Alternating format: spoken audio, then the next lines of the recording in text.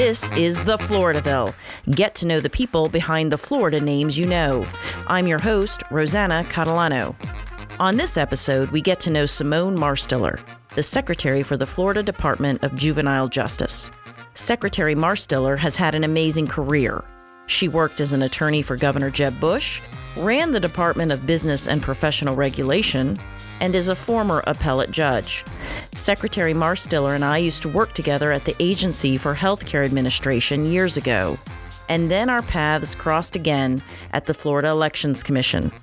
It was a delight to connect with her and interview her for this episode. With that being said, please use a gracious ear when listening to this episode, because this was my very first podcast recording. This recording prompted me to purchase new equipment for this show, create a proper recording studio in my office, and spend months completing a podcast engineering course. Nothing stopped Secretary Marstiller from achieving her goals, and this episode inspired me to do better. I hope it does the same for you.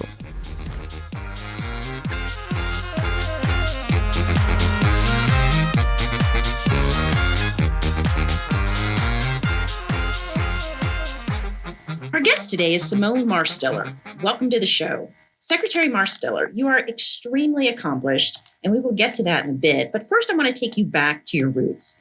Tell me where you grew up and what your home life was like growing up. Well, first of all, thank you for having me. I'm so excited. This is my first podcast. And, you and I have known each other a long time, so I'm really happy to be doing this, particularly with you. Okay, so I was born in Liberia in West Africa. And, I like to tell this story because it's just one of those I was meant to be here kind of stories.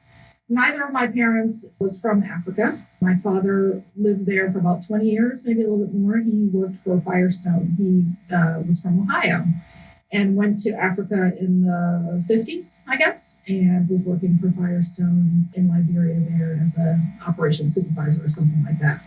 My mother, on the other hand, who is from or was from Guyana in South America, and she had been living in London, and mind you, this is the early 60s. She was living in London. She went to Liberia ostensibly to get married. That didn't work out for whatever reason. I never knew the reasons, and that's fine. Happens. And right. And so she took a job in a furniture store to save money to leave Liberia. And my dad walked in the furniture store one day to buy, I want to say it was a living room suite or whatever. And that's how my parents met. And my mother, the only thing my mother ever laughed about with that story is she said, while I was helping him pick out this furniture, little did I know that it would later be mine. Oh, I love that. If you knew my mother, that's just vintage her. Again, born in Liberia and lived there till 1973. Now, my dad had retired by the time I was born. And I am the youngest of several half-siblings. I'm technically an only child, but I'm the youngest by 10 years. And I didn't really grow up with all of my half-siblings, but one. And my sister Maxine, who is 10 years older than I am, she was born in Guyana. And so when I was about a year old, my mother brought her over from Guyana. And so whenever I refer to my sister, she is the person that I talk about. So in about 71, 72, I think, my dad came to the States. He decided he was done now, finally, with Africa, and he came to the States for eye surgery and decided that he wanted to settle in St. Petersburg. And so on July 4th, 1973, my mother, my sister, and I landed at JFK Airport in New York, and then, and I think we flew Pan Am. Remember when Pan Am was on? And then we, flew into St. Petersburg. And so St. Petersburg is where I grew up, and I've been a Florida girl ever since. Independence Day. I love that you came to the United States on July 4th. That's part of the story, yeah. Going to school as a young child, did you have a favorite subject? I'd say I enjoyed French class, which I want to say I started in high school. Prior to that, I can't say that I enjoyed school. I was good at it. I didn't really stumble on anything that sparked my interest, but that's not unusual for the kid that I was. But French class. So I took French all the way through high school and into college. Can't speak a lick of it today. But I loved it. And I have to say, my sister Maxine really, I think, inspired that, because she took French in high school, and for whatever reason, I took to it. I don't know. But yeah, can't speak it today. I don't know how you roll those R's in the back like that. It's very impressive. I'm not going to do it now. Did you have a subject in school that you just dreaded? Math. Well, Yeah. you are an attorney, Yeah. so. And I tell people that all the time. I have a running joke with my staff, and I've done this before. I want to say it was one of the first things I said to them. I'm like, I don't do spreadsheets. So they actually, when they have to hand me a spreadsheet, it's with a great deal of trepidation. It's like, well, we know you said that you don't like spreadsheets, but I mean, it's funny, but I was good at it. I just didn't enjoy it. Were you outgoing as a child? No, not at all. I was the kid who went to parties and stood on the side or sat on the side and just watched everybody and, made judgments. And I'm the same kid today. There's a photo of me as a little girl that my mother really loved. And it's a picture of me at 2 years old, taken at, some friend's birthday party. And my mother, and I've got the most serious look on my face. And my mother always said, she said, that particular day you were sitting there, you were apparently having a good time. You were, eating your ice cream and cake and whatever, but you were just sitting there watching everybody. And that's the kid that I was. And I'm still that kid. So you like to sit back and watch and assess before you and observe. And observe. I mean, I'm inherently shy. People nowadays find that surprising, but I am, I can turn it on when I need to. But I'm the person who doesn't really work a room that well. I much prefer to just kind of, have one-on-one conversations with people and observe. It's, human behavior is fascinating, and I enjoy watching it. Where did you go to undergrad? I went to Stetson University in DeLand. I was 16 when I started at Stetson, and Stetson was one of only two choices that my parents gave me, because when I was getting ready to go to college and we were trying to pick out colleges to attend, I thought I was going to go to Ohio State because that's where my dad was from, and I had Ohio State tchotchke for days, right? And so I'm like, yes, I'm going to go to Ohio State. And he's like, no, you're not going to Ohio State. You're too young to go out of state. And so I said, okay, well, how about Florida State? And he said, no, you're too young to go to Florida State. It was big. It was, And so I said, well, here's what's true, Mom and Dad. I am not going to live at home and go to college at what was then St. Petersburg Junior College or Eckerd College, which was, 10 minutes away from the house. I said, so you guys just work it out amongst yourselves and tell me where it is that you want for me to go. And so the two colleges they settled on were Stetson and Rollins College in Winter Park. And I applied to both, was accepted to both, but Stetson was the first acceptance I got, and that's where I went. When did you decide to go to law school and become an attorney? Well, those are actually two different things. Oh, all right. Tell us. I have a daughter, as you know, and had been a single parent for, I went to law school when I was 29, so I'd been a single parent for about 10 years at that point. And I was working for a magazine in advertising, and it was great. But for whatever reason, I decided that I needed a graduate degree that would create more opportunities for me. I knew I didn't want to be in advertising as a career long term. I was living in St. Petersburg, and, I could either have gone for the law degree or an MBA, because my undergraduate degree was in business.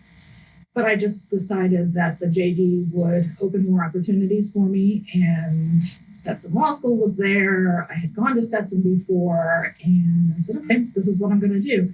It was almost on a whim. I literally went to bed one night, prayed about it, and woke up the next morning and said, okay, I'm going to law school. And when I told my family, they, virtually fell out on the floor, because I have no lawyers in my family. It wasn't a career that any of us was used to.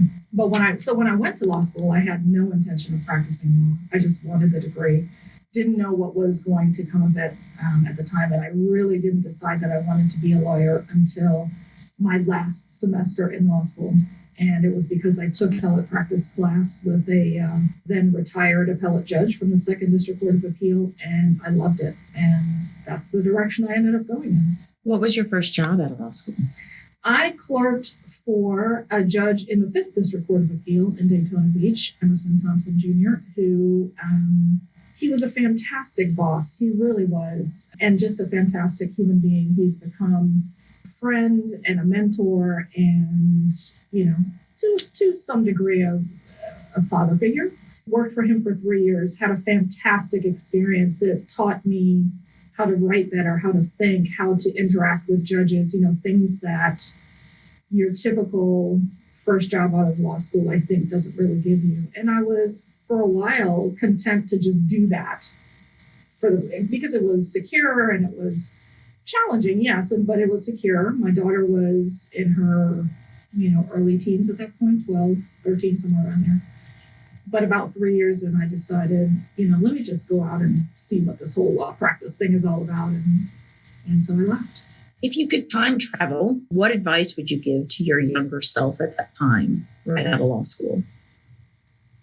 That's a good question. Because, it's hard for me to answer that question because I don't second guess my decisions.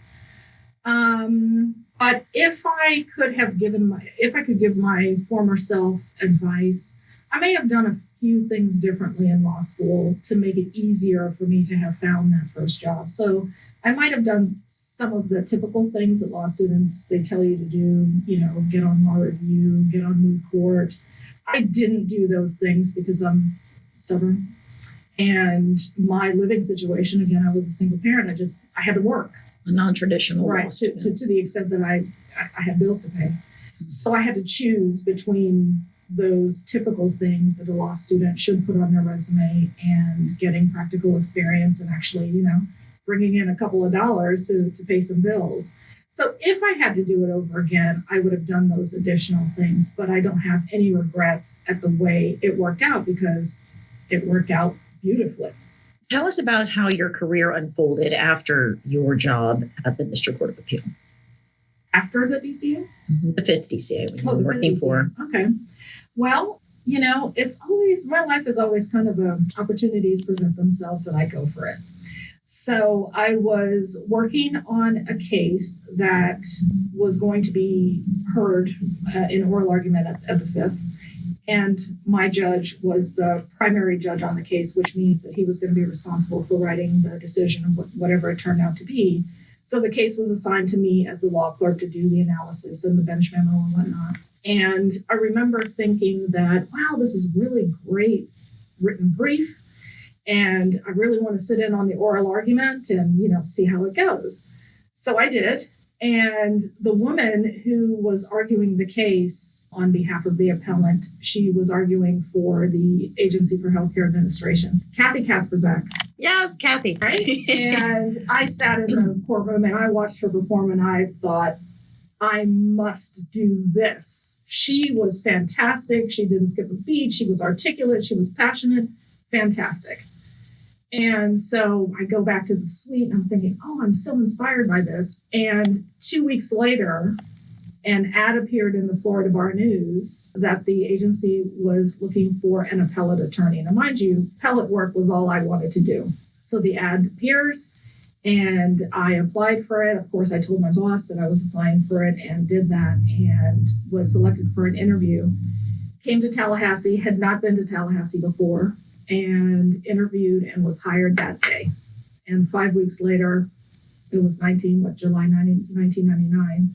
So 20 years ago, I moved to Tallahassee and started working for ACA as an appellate attorney. And about a year in, Kathy moved into a different position and I became chief appellate counsel for the agency. That's when I used to interact with you. Yes. Remember the what was it, the emergency suspension order boomerang that I got when I left? Because remember with ESOs, you guys would write them, I would edit them, right. I would send them back to you, you guys would bring them back to me. So yes, they would boomerang around. Oh, Aka. But those were the best times, and like you, there are so many people that I got to work with then whom I'm still friends with and see all the time, it's fantastic. It is. Yeah. It is. So after ACA, where did you go? Well, after ACA, I went to work in Govenor Bush's general counsel's office. And here again, it was just kind of one of those things. I happened to see an ad on the predecessor to People's First, whatever that was. And the governor's office was seeking to fill two assistant GC positions in the legal office. And so I thought, I want to do that. That would be interesting. Now, mind you, I'm Simone from St. Petersburg. I'm nobody from nowhere. I don't know anybody.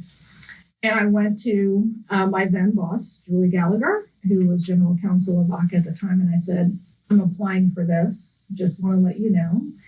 And she said, oh, that's fantastic. She said, by the way, the general counsel's office down there requires agency GCs to come down and quote unquote intern in the office for 2 weeks at a time. I'm going to call down there and see if you can have my 2 weeks.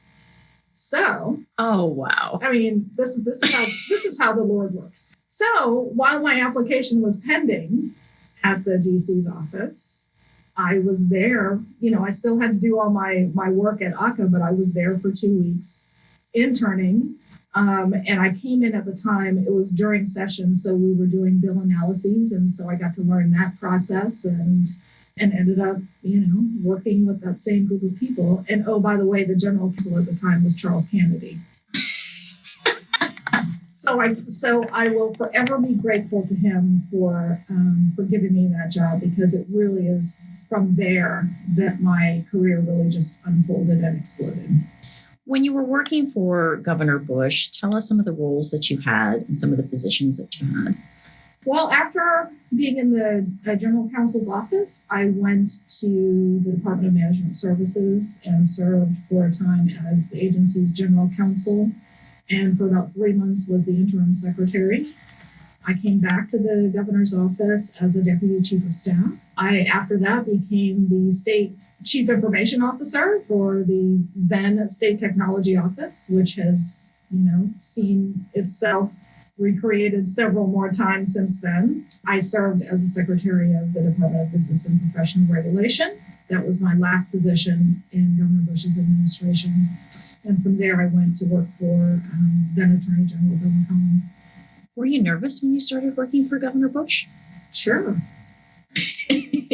But here's a great story, because I've got stories. Oh, please tell us. So, shortly after my daughter and I moved to Tallahassee, it was a Saturday, we went to the movies at the Tallahassee Mall. And remember, Governor Bush had a mentoring initiative, and so he was always mentoring kids, and people in his administration were encouraged to do so.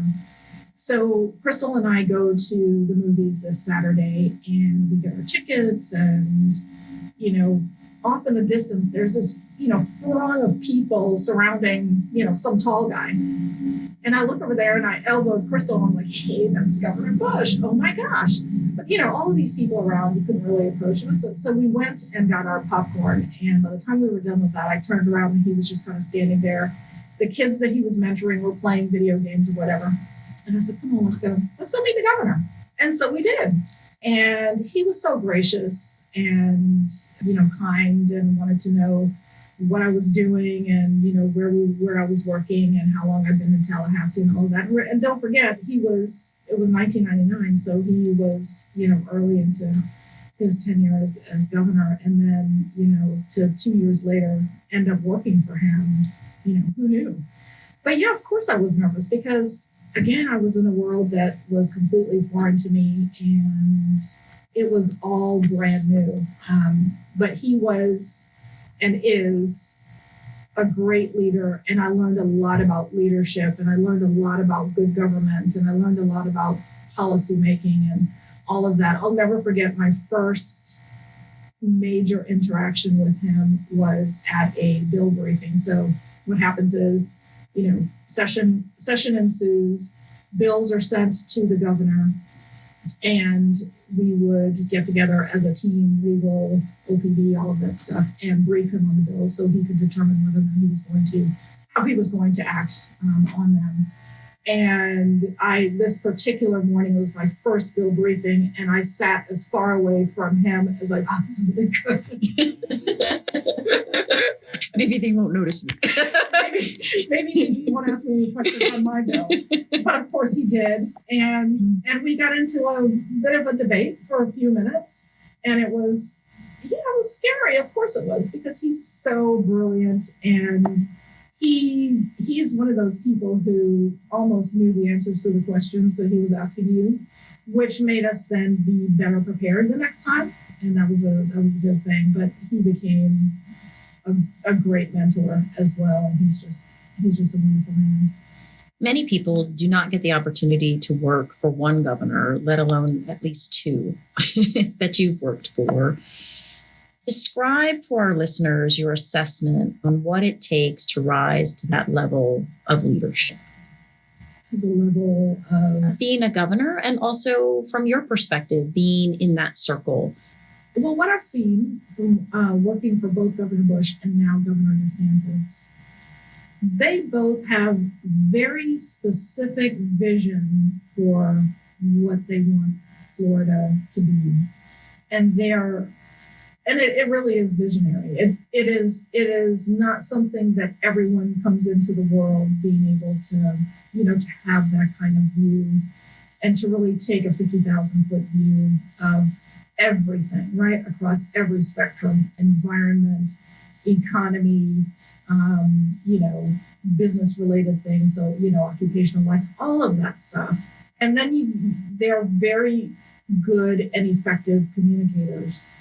Those two things are qualities that not everybody has. It really takes a special person to step up and step into that role and be willing to push the envelope. And both governors do that, and do that effectively.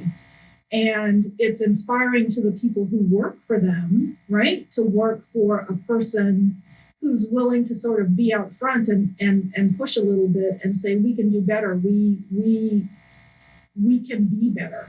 And to be part of a team who works for a leader like that is the most exciting thing. And yes, you're right. I will have had the privilege to have worked for two such men, which is just amazing. Again, for Simone from St. Pete, nobody from nowhere, I couldn't be more blessed. That's wonderful. Well, you were appointed to the First District Court of Appeal. I believe that was in 2010. It was. What was going through your mind the first day you wore the black robe and sat on the dais and listened to an oral argument? Simone from St. Pete. Simone from St. Pete. First of all, I was happy to be on the bench side of the bench. I had done my first professional oral argument in the First District Court of Appeal. And now I was working with several of the judges that I had argued in front of many, many years ago. So it was a little daunting, as you can imagine. And I felt the weight of it, of the job and of the role. And I really wanted to ask, good, smart questions. And I didn't want to appear, to be the novice judge. I don't remember who argued in front of me that first oral argument, so you'd have to actually ask them how I did. But I felt the weight of it. It was a really neat experience that I don't think I got used to it, but I never took it for granted. You put that robe on and it means something, and you get the respect that the robe deserves, but you still have to earn that, right? So you can't, and we've seen, not my former colleagues, but we hear stories about judges who perhaps take advantage of the robe. And I really made it a point not to do that. But the other thing that was fantastic for me, that I was now the colleague of then Judge Phil Padovano, who literally wrote the book on Florida appellate practice. His office was just down the hall from mine. I mean, imagine how that felt, at the time. And then to get to know him and, become friends with him and work with him on cases. And it was really a neat experience.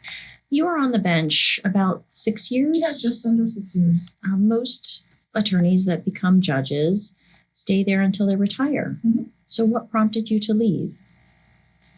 Well, I guess I always knew I wouldn't be there forever. This is more a function of my personality than anything else. I like to do a lot of different things. And I've been fortunate to, anybody who looks at my resume will see there's no unifying thread other than public service. Substantively, I've done a zillion things and I love that. And I came into the judicial branch from the executive, basically, where I had done a lot of things, and I had, done policy making, and I had worked as an executive, and all of that stuff that I enjoyed. And I guess at some point, I began to feel like I wanted to do something else. And so I prayed about it, as I do whenever I'm about to make a move. I prayed about it. I had in mind what I wanted to do. I still have, at the time, I had 3 dream jobs that I might want to pursue. And so, in, I guess it was September 2015, I decided now that would be the time to go. Didn't know exactly where I was going to land when I took that leap, but I knew it was the right time to do it, and I've never regretted that decision. I enjoyed my time in the court, don't get me wrong, but I knew when it was time to go. What have you been doing professionally since leaving the bench? I call it my faux retirement. For 18 months, I practiced as a sole practitioner in appellate practice and did a lot of consulting and that kind of thing. But I rested. It was more of a sabbatical than anything. Got to spend a lot of time with my daughter. I spent a lot of time back in the Tampa Bay area, getting reacquainted with my old stomping grounds. I had a blog for about a minute, which was fun. It was called "I'm Not Judging, But..." I got more active on social media. It was just nice to have that moment of freedom, shall we say.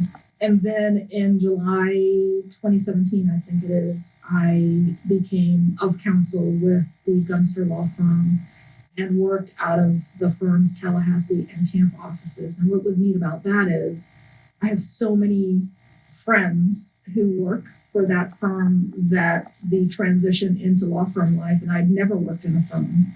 So the transition into law firm life was smooth, and I enjoyed it. And one of the things about that particular firm is that they really do have a team atmosphere, which was good for me coming from government, right? Because pretty much everything you do, with the exception of your judicial decision making, is a team effort. And so I liked that about law firm life.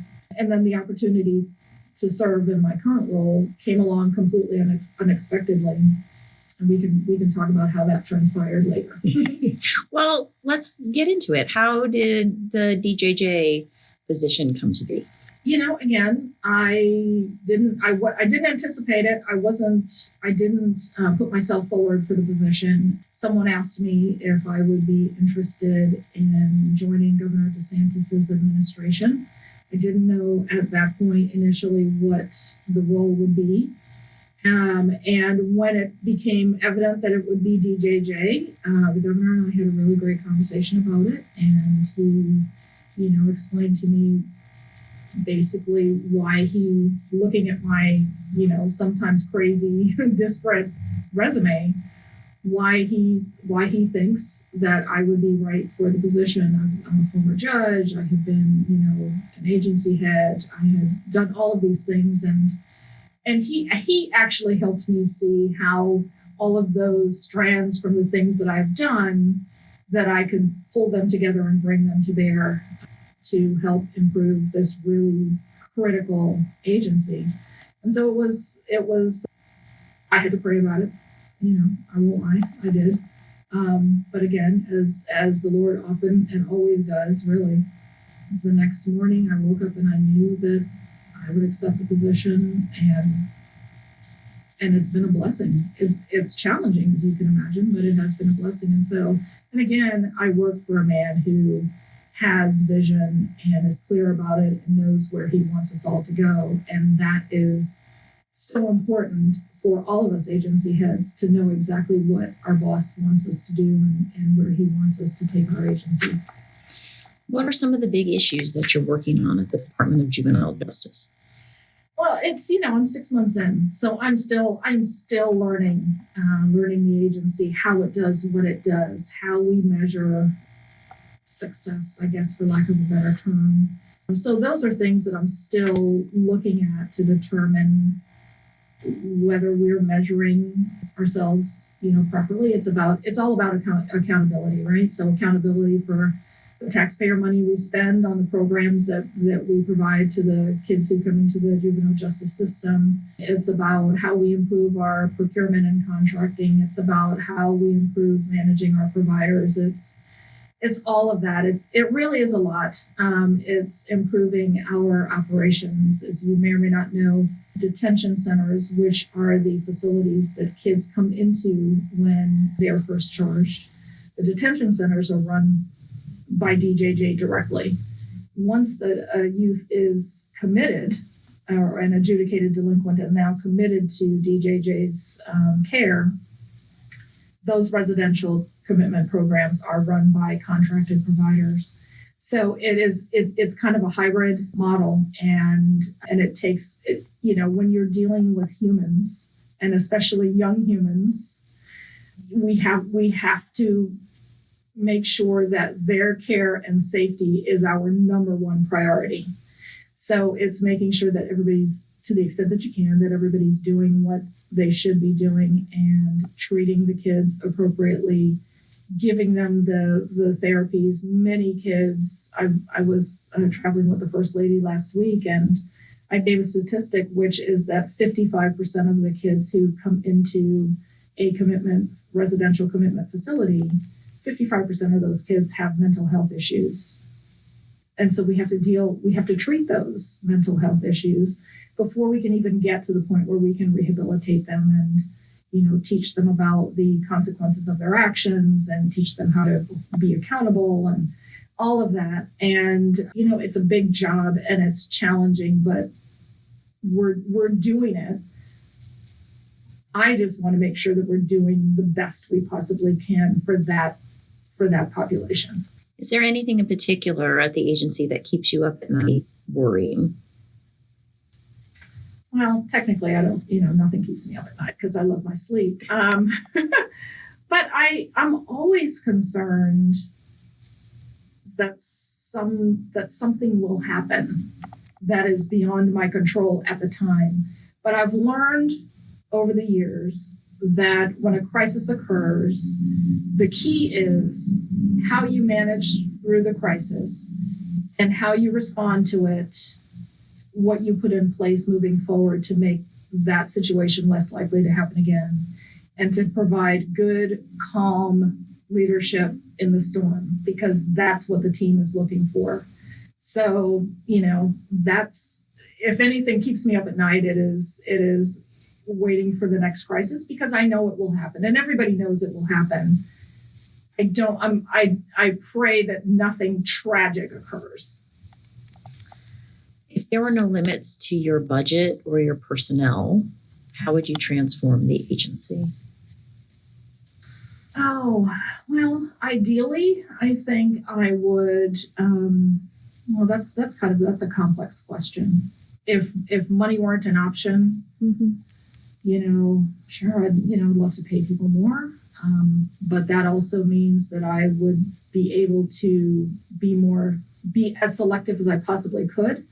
If I could guarantee that everybody who works for my agency and in my commitment programs, if I could guarantee that everybody is there because they care about kids, because they want to do the right thing, because they want to mentor these kids, if I could wave a magic wand and make that happen, even the money wouldn't matter, quite candidly. Even the money wouldn't matter if you have the right people in the facilities working for the kids, because this is not the kind of work that people do for the money, right? You're correct. So if I could wave the magic wand, that would be it. The work you do at DJJ is very serious. You deal with troubled children that have also been most likely traumatized. How do you refresh yourself and keep yourself inspired with that very heavy load during the day at work? I try to approach every day as a day, right? So if yesterday something occurred, I try not to drag that with me into the following day, because I realize that I have to be prepared for whatever the next day brings. So I try not to drag yesterday into today, and I try not to look forward to tomorrow, trying to anticipate things that may or may not happen. I'm learning that I do need to strike that balance, that I do need to get rest, and I need to have, time away from the phone to the extent that I can get time away from the phone. I hang out with my girlfriends to the extent that I can. I try to get some recreational reading in. I have not yet gone to the beach this season, but the beach is definitely on part of my plan, because that's where I go to recharge, and I have to make it a point to make that recharge time, whatever it is I choose to do, part of my routine. I try to get exercise. The older I get, the less I want to exercise. So that's a challenge in and of itself. On this show, we like to discuss the entrepreneurial spirit, which is an attitude and approach to thinking that actively seeks out change rather than waiting to adapt to change. It's a mindset that embraces critical questioning, innovation, service, and continuous improvement. Tell us in what ways, if any, these qualities have shaped your career or your life. Well, I've not really thought of myself as an entrepreneur, but for sure, I'm a risk taker. I don't have any problem with change. And in fact, I will instigate change if I need to, just to light a fire under myself to get me to do something new, try something new. I'm fine leaping off the cliff. I always know that I'm going to land. I may not know where I'm going to land, but I always know that I will. And wherever it is that I land, I'll be fine, because I feel like over the course of my career and life, that I have had enough experiences and have gained the skills and the, spiritual fortitude, shall we say, to deal with whatever comes. I'm not the person who is afraid to step out into the unknown. And that really has been the story of my life and my career. I would love it if I could convince people who might be a little reticent to take a risk sometime, if I could say, look, you actually will be fine. And even if it turns out that the path you said that you want to go on is not the right path, trust me, you will have picked up something from that experience that will help you when you redirect later. So and if that is entrepreneurial spirit, then apparently I have it, but that's not how I've defined it. It sounds like you have that mindset. Okay, I'll take a growth mindset. You have had many leadership positions. So when putting together your inner team, what skills and personality traits are you looking for? That's a hard one to say. It depends on the person. I like having people around me who, understand that we don't have an eternity to do things. So I do like people who have a sense of urgency. That's always good. I like to have people around me as part of my management team who aren't necessarily afraid to push back, because that's good, right? For me, I'm not saying that I lead by consensus, because I don't. But at the same time, I want people around me who understand that they can take the initiative sometimes, speak your mind. I definitely like to have people around me who know more than me, because I know walking into pretty much any situation that I don't know everything. And I don't have a problem with that. But it depends, right? I'm not looking for yes men. I'm not looking for shrinking violets. I want people who are going to say, yes, we get it. I understand that this is what you want to do, but here are the reasons why we might not be able to do it that way. One of the things that I always tell management teams when I go in is, if you identify a problem, please come to me with some proposed solutions. Don't just lay the problem at my feet and have me be the person to come up with the possible solutions. That's too much. That's just too much for me. And if I have to come up with all the solutions, then that makes all our jobs in my mind harder. So I will say, and you could probably interview people who have worked for me. It takes a special person to work with Marstiller. It's true. But I've been really lucky to have had some great teams. I've got a good, strong team now. I had a great team at DVPR, and we got things done, and we're certainly going to get things done, now.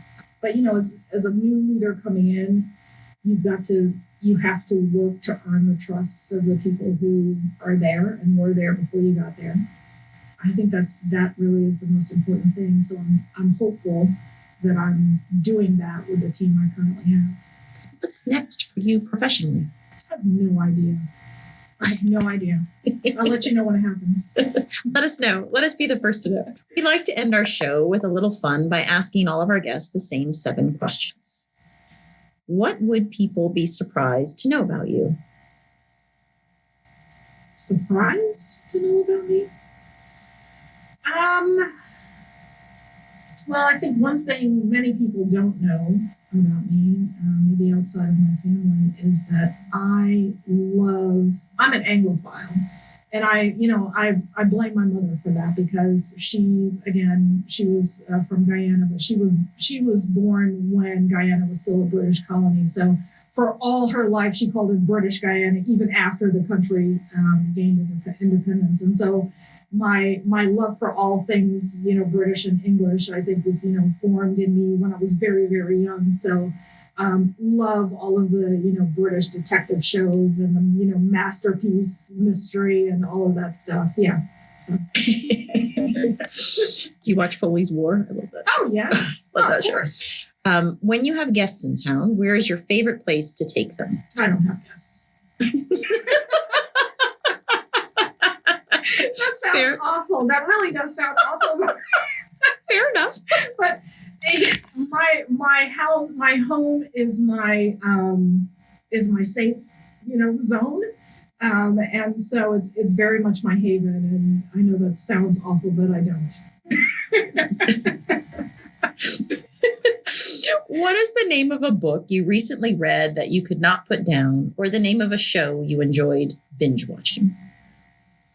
Well, I've got, here's the thing. I, like my dad, will start several books and have several books going at once that rarely ever get finished. So there's that. Show that I recently finished binge watching, I did this weekend, watch the entire 3-season offering of Gavin and Stacey, which is, who James Corden is. Yes. He's the one who's, sings in the cars. Yes. With celebrities. It's a show that he co-wrote with somebody, and I watched all 3 seasons of it this weekend. It's fantastic. I'll have to look for it. Yeah. Among your close family and friends, what are you best known for? You almost have to ask them. I will say I'm the person that people come to for advice for whatever reason, which is an honor for me that people trust my judgment that much. But I think that I'm the person that, people come to for advice. If you have a nickname, who gave it to you? I do. And if you want to share the nickname, you can. But I do have a nickname that nobody uses, so I'm not going to share that one with you. I also developed a nickname during law school that was only shared by a very tight circle of people, and I'm not going to share that one with you either. So there. If you knew you could not fail, what would you attempt? I would. Gosh, I don't know. There's so many possibilities out there. If I knew I couldn't fail, I used to have an answer for that. I really don't know. I have no idea. If I knew I couldn't fail, I would. Well, here's one of the things that I would like to do at some point when I'm, often doing my own thing. I'd love to have a podcast and have a blog, one that operates for a good long time. I think that would be a lot of fun. Well, there you go. Yeah. What are the top 3 things you love about living in Florida? I love the beach, and the beach. My top 3 by far. Well, thank you, Simone, for joining us today. It's been an absolute pleasure. It has been. Thank you so much for having me.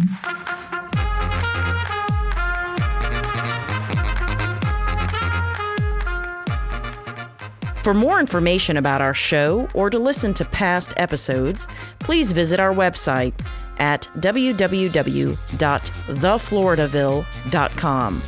Be sure to like our Facebook page and tell your friends about our show.